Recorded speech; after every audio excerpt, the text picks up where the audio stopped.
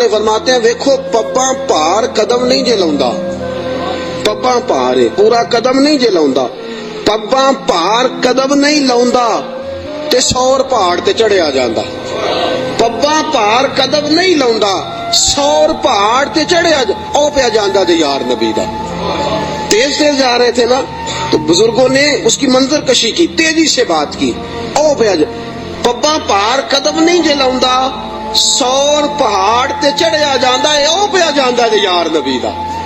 پباں پار قدم نہیں لاندا سور پہاڑ تے چڑھیا جاندا او پیا جاندا تے یار نبی دا۔ اے اصلی دلدار نبی دا، اے اصلی دلدار۔ اب غار سور پہ پہنچ گئے،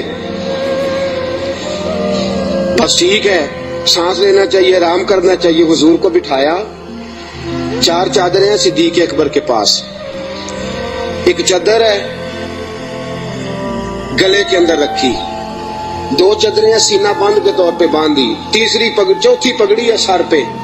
جناب صدیق اکبر نے چادر کھولی، نبی پاک کے نیچے بچھائی کا حضور آپ بیٹھے، میں ذرا اندر جا کے دیکھ لوں غار میں کچھ ہو ہی نہ۔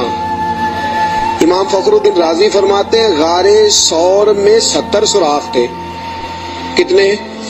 ماجرا کیا تھا؟ ماجرا یہ تھا کہ جناب عیسیٰ علیہ السلام اپنی امتیوں کو تبلیغ فرما رہے تھے، تو جناب عیسیٰ علیہ السلام نے فرمایا کہ آخری جو پیغمبر آئیں گے بڑی شان والے ہوں گے، بڑی عظمت والے ہوں گے، جو ان کو ایک نظر دیکھ لے گا ایمان کی حالت میں اللہ اس پر بھی جہنم حرام فرما دے گا۔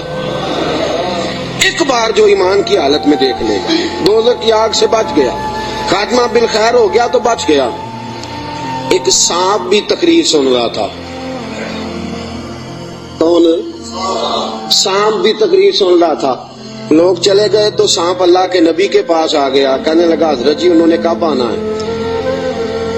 اس پیغمبر نے، حضرت عیسیٰ علیہ السلام نے فرمایا میرے جانے کے 600 سال بعد۔ کہنے لگا کہاں آئیں گے، کہاں رکیں گے، کہاں ٹھہریں گے، میں نے زیارت کرنی ہے۔ آپ نے فرمایا 600 سال کون انتظار کرتا ہے؟ کہا حضور دل میں محبت آ گئی ہے، آپ مجھے بس بتا دیں سونے کا رستہ کون سا ہے، راہ کون سی ہے۔ انتظار کرنا اور انتظار کے اندر اپنے آپ کو زندہ رکھنا اللہ کے فضل سے یہ میرا کام ہے، آپ مجھے بتائیں۔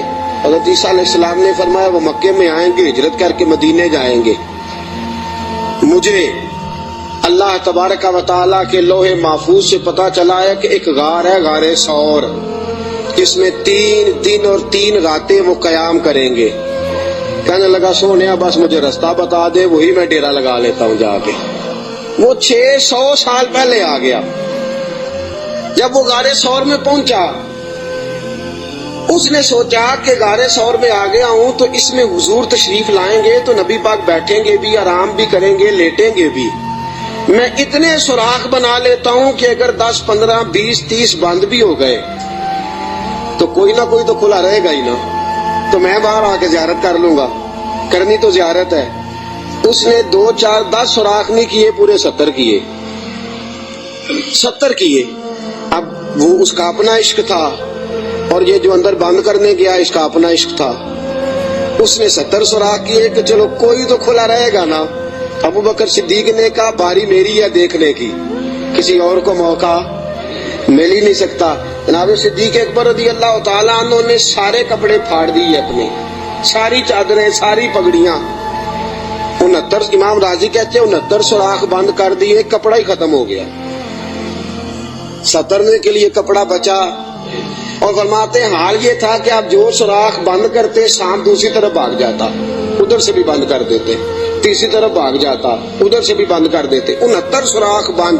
70ویں سوراخ کی باری آئی، ابو بکر صدیق نے کہا حضور آ جائیں۔ نبی پاک اندر تشریف لے آئے۔ اب آتے ہی میرے حبیب کا پہلا جملہ یہ تھا میں نے آرام کرنا ہے۔ نہیں اس خوف میں، اس عالم میں نیند تو نہیں نہ آتی، لیکن حضور جانتے تھے میرے رب کا وعدہ ہے کہ وہ لوگوں سے میری حفاظت کرے گا، مجھے کچھ نہیں ہونے والا۔ ابو بکر صدیق نے اس جگہ ایڑی رکھی جو سوراخ خالی تھا، حضور کو گودی میں لٹا لیا۔ اب ابو بکر صدیق جلوے نظارے کرنے لگے۔ امام راضی کہتے ہیں سانپ آیا، اس نے پہلے گزارش کی ابو بکر سے، اس نے اپنا چہرہ رگڑا ابو بکر کی ایڑی سے، کہنے لگا ابو بکر تھوڑا موقع دے دے یار، تھوڑا ٹائم دے دے. تو ابو بکر کہنے لگے نہیں باری میری ہے, تو آج ہی تو موقع ملا ہے راج کے یار, باری میری ہے تجھے کیسے موقع؟ یہ تو کبھی کسی نصیبوں والوں کو ملتا ہے تصور شیخ پکانے کا موقع. ایک میں ہوں, دوسرا میرا یار ہے, تیسرا کوئی نہیں, کوئی اور تیسرا نہیں. ایک حرف سجن دے ناں دا سانو دسدا وانگ قرآن ہے, ہر دم یاد سجن وچ رہنا ساڈا اے ہوئی ورد گیان ہے, تے صورت یار دی ویندیا رہنا یہ سب عملاں دی جان ہے. سجنا ساڈا دین کی پوچھنا ہے, ساڈا اے ہوئی دین ایمان ہے. میری باری ہے. ابو بکر کہتے ہیں میں نہیں آنے دیتا. اس نے پہلے گزارش کی ہے جناب صدیق اکبر کی بے ادبی. فرماتے ہیں جب نانا مانے بات تو اس نے 19 ڈنگ مارے.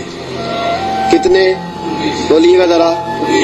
19 ڈنگ مارے. اللہ نہ کرے, خدا نہ کرے کہ دوران جمعہ کوئی چونٹی آپ کا پیر کاٹ لے, میری تقریر چھوڑ کے سارے آپ کو دیکھنے لگ جائیں گے. اللہ نہ کرے چونٹی پیر کاٹ لے, شور ہو جائے گا. پیچھے کرو پیچھے کرو, بڑا مسئلہ. اور زہر کی خاصیت ہے جب زہر کسی آدمی میں سرایت کر جاتا ہے تو پھر اندر کا جو وجود کا اندر کا حصہ ہوتا ہے پھٹ جاتا ہے, جگر پھٹ جاتا ہے, گردے پھٹ جاتے ہیں, منہ سے ناک سے خون نکلتا ہے. 19 بار ڈانگ مارا. کسی نے جناب صدیق اکبر سے کہا آپ کی ڈانگ کی طرف خیال نہیں گیا؟ فرمانے لگے میں ڈانگ دیکھتا کہ محمد کا رنگ دیکھتا, ڈانگ دیکھتا کہ رسول پاک علیہ السلام کا رنگ دیکھتا. ڈانگ کی کس کو پرواہ تھی؟ چونکہ زہر گرم ہوتا ہے, انسان کے وجود کو تپا دیتا ہے. ابو بکر روئے نہیں, وہ تپایا نا جب اس نے تو خود بخود آنسو نکلے اور خود بخود حضور کے چہرے پہ گرے. میرے رسول پاک کی آنکھ کھلی. کیا ہوا؟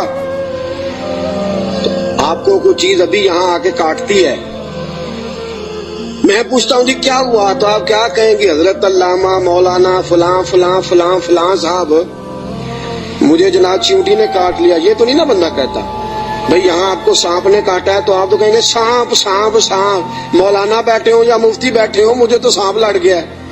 نبی پاک صلی اللہ تعالی علیہ وسلم نے فرمایا ابو بکر کیا ہوا؟ چاہیے تھا نا جناب صدیق اکبر کہتے کہ سانپ نے کاٹ لیا, حضور سانپ آ گیا, سانپ نے زخم کیا ہے. کیوں نہیں فرمایا؟ حالانکہ ایمرجنسی جب لگتی ہے تو القابات کا خیال نہیں رہتا.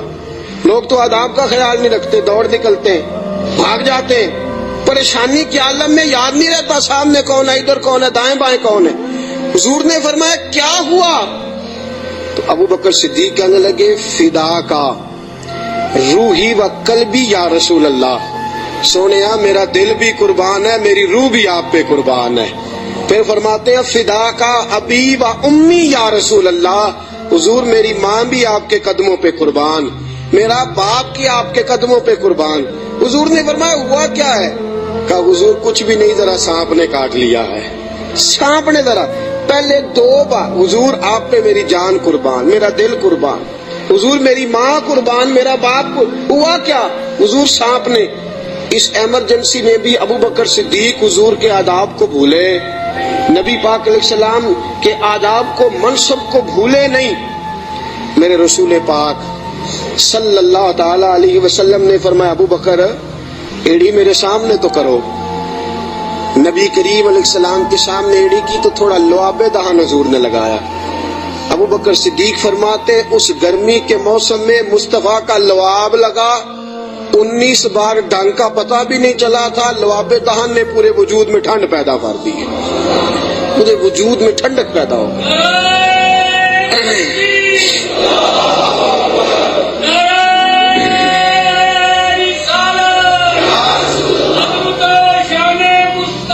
نبی کریم صلی اللہ تعالی علیہ وآلہ وسلم نے فرمایا ابو بکر تیرے کپڑے کدھر ہیں؟ کہا سونیا 3-4 لے کے آیا تھا, سارے ٹکڑے ٹکڑے کر کے میں نے لگا دیے ہیں. میرے حبیب پاک نے ہاتھ اٹھائے اور دعا کیا دی. کہا اے اللہ جس طرح میں اور ابو بکر غار میں کٹھے ہیں ہمیں جنت میں بھی کٹھا ہی رکھنا. یا اللہ جس طرح ہم غار میں کٹھے ہیں جنت میں بھی کٹھا ہی رکھنا.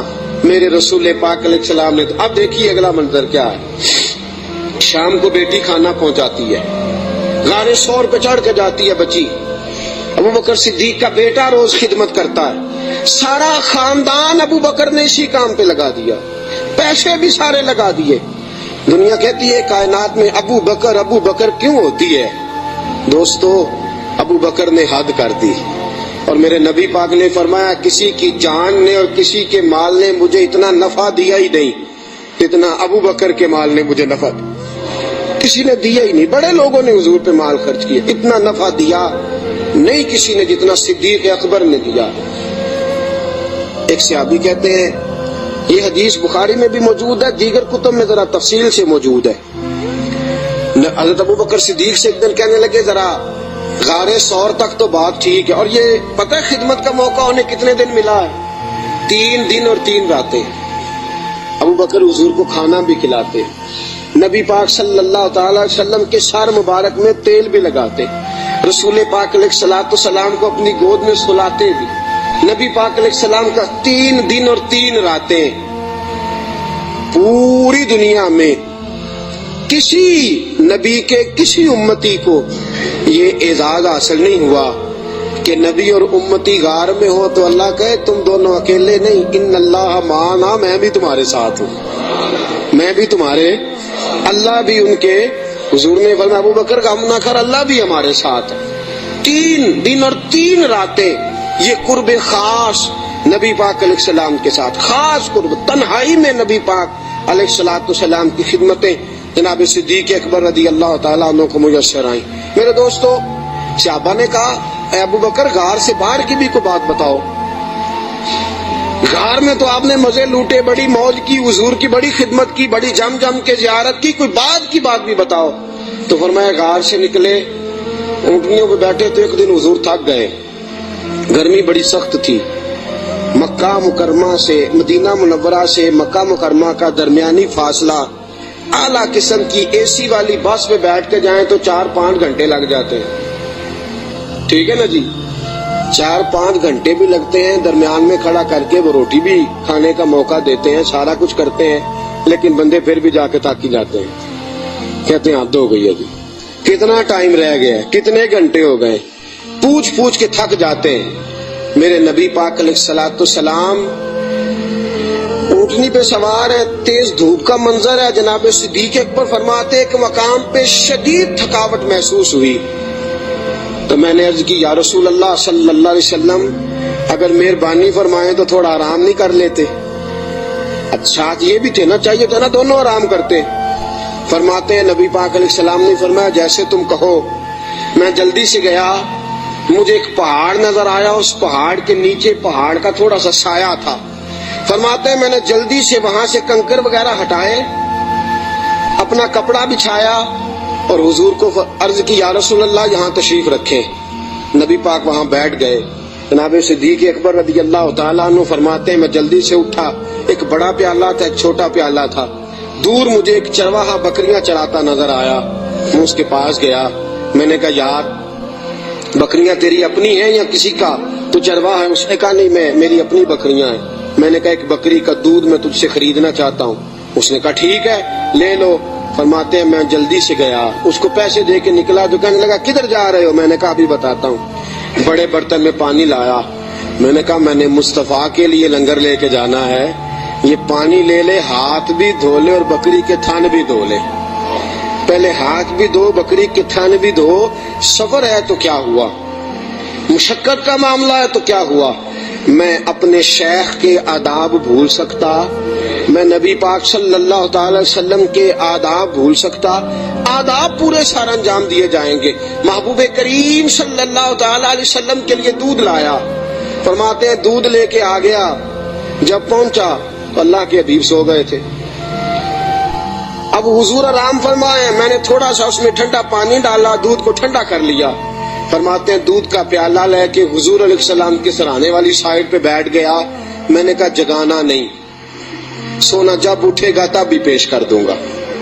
یاد رکھیں سفر میں انسان پریشان ہو جاتا ہے، روایت میں آتا ہے سفر عذاب کا ٹکڑا ہے، دقت ہو جاتی ہے، انسان بھول جاتا ہے اپنا آپ بھی۔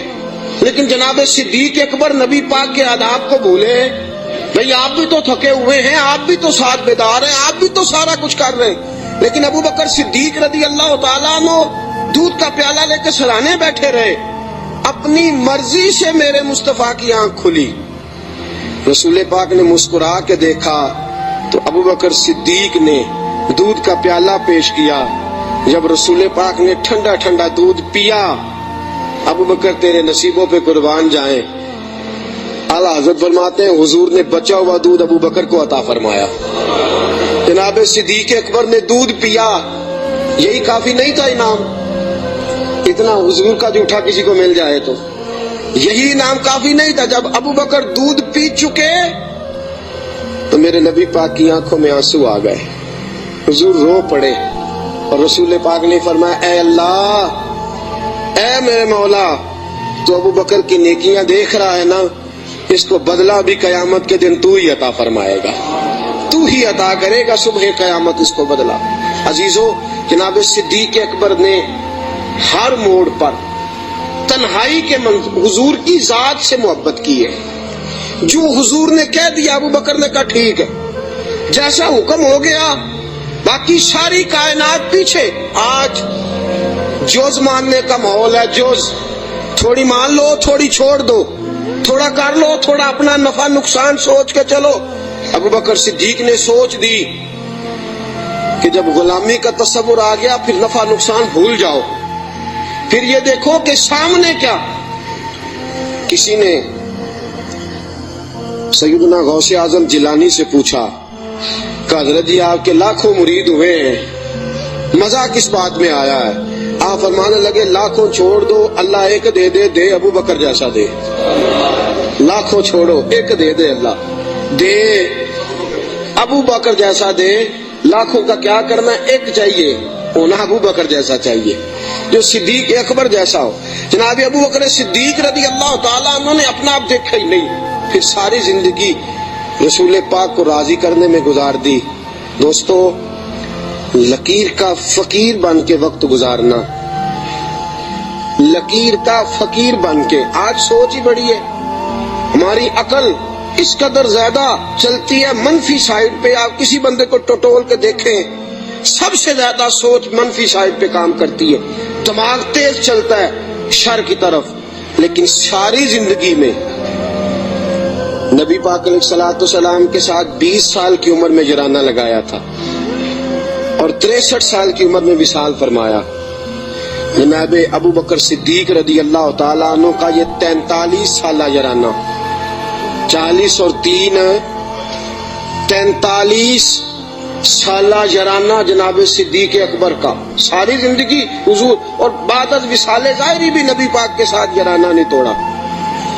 ایک دن حضرت عائشہ صدیقہ سے کہنے لگے حضور کے اور حضرت المستدرک صحیح مستدرک میں حضرت عبداللہ ابن عمر موجود تھے. کسی شخص نے کہا کہ ابو بکر صدیق کا وصال بیماری کی وجہ سے ہوا ہے، جاگیے ذرا میری بات سنیے. کسی شخص نے کہا کہ جناب صدیق اکبر کا وصال بیماری کے عالم میں ہوا ہے. جناب سیدنا عبداللہ ابن عمر نے جلال فرمایا تمہیں تمہاری ماں روئے، ابو بکر بیمار ہو کے گیا ہے پر اسے کوئی ظاہری مرض نہیں تھا، وہ نبی پاک کے وصال کو برداشت نہیں کر سکا. اسے حضور کی جدائی کا غم تھا. جنہاں دے دل بر جانی بچھڑن کون روے پھر تھوڑا، سب روگاں دا روگ محمد جس دا نام وچھوڑا. نبی پاک علیہ السلام کی جدائی کا غم لے کے قبر انور میں حضرت عبداللہ ابن عمر کا فرمان. عزیزو، جناب صدیق اکبر نے حضرت عائشہ سے فرمایا بیٹی وہ چارپائی مل سکتی ہے جس پہ حضور نے وصال فرمایا تھا؟ کہا مل سکتی ہے. کہا مجھے بتا سکتی ہو؟ چارپائی آ گئی. حضور اس وقت کس سائیڈ پہ لیٹے ہوئے تھے؟ کعبہ جی اس جانب حضور کا رخ تھا کعبے کی طرف. ابو بکر کعبے کی طرف ہو گئے. کہا حضور نے آخری موقع پہ کیا استعمال کیا تھا؟ نبی پاک نے مسواک استعمال کی تھی. کہا بیٹی مسواک لاؤ. کپڑے کس رنگ کے پہنے تھے؟ ابو بکر اس رنگ کے پہنے تھے. بیٹی تھی نا جس سیدہ عائشہ، رو پڑی.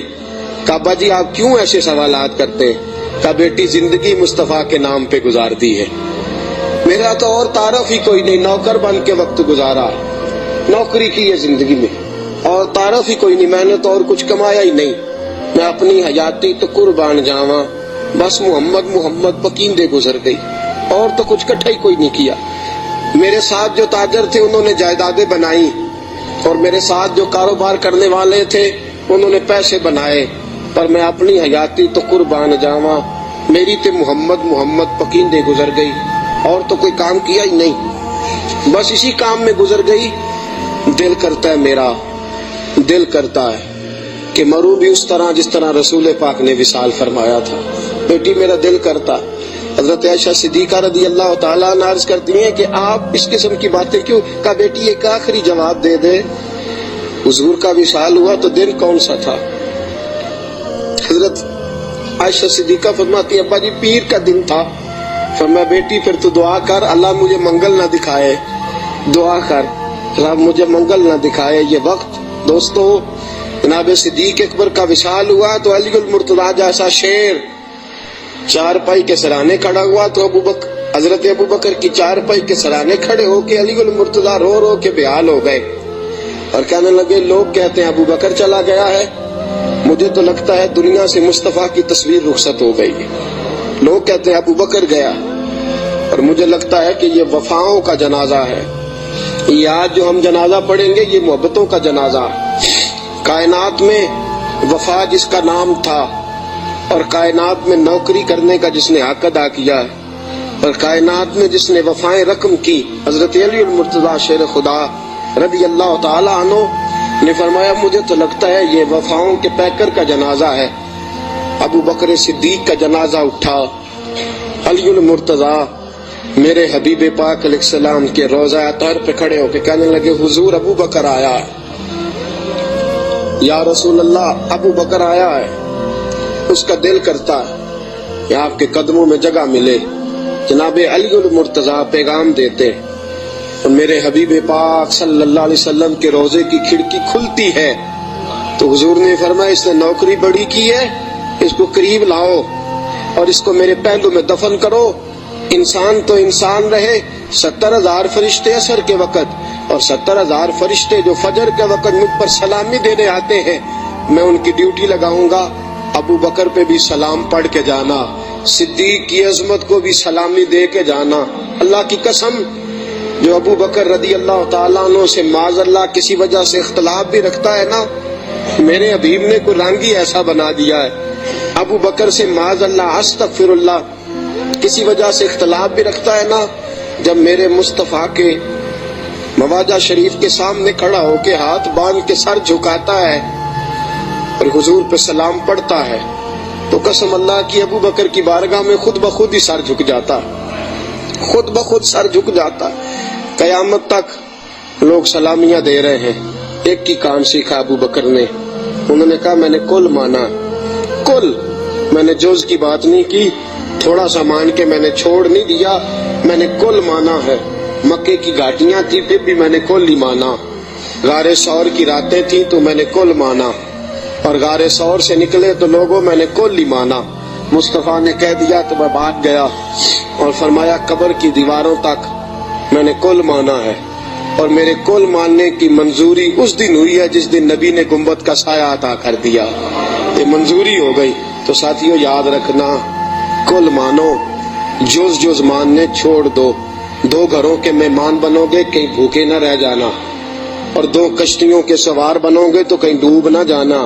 آدھے تیتر آدھے بٹیر بن کے وقت گزارو گے تو الجھ جاؤ گے۔ کلمہ پڑھا ہے تو اب کل مانو، کل مان کے چلو، صحیح مان کے چلو، نوکری کرو تو جم کے کرو۔ کل ماننے میں جو مزہ آتا ہے وہ جز ماننے میں نہیں آتا۔ کل مان کے زندگی گزارو، پھر دیکھو کیسی محبتوں سے گزرتی ہے اور کیسی عقیدتوں میں گزرتی ہے۔ ہمیشہ مدحت خیر الانام میں گزرے۔ دعا ہے یہ عمر درود و سلام میں گزرے۔ وآخر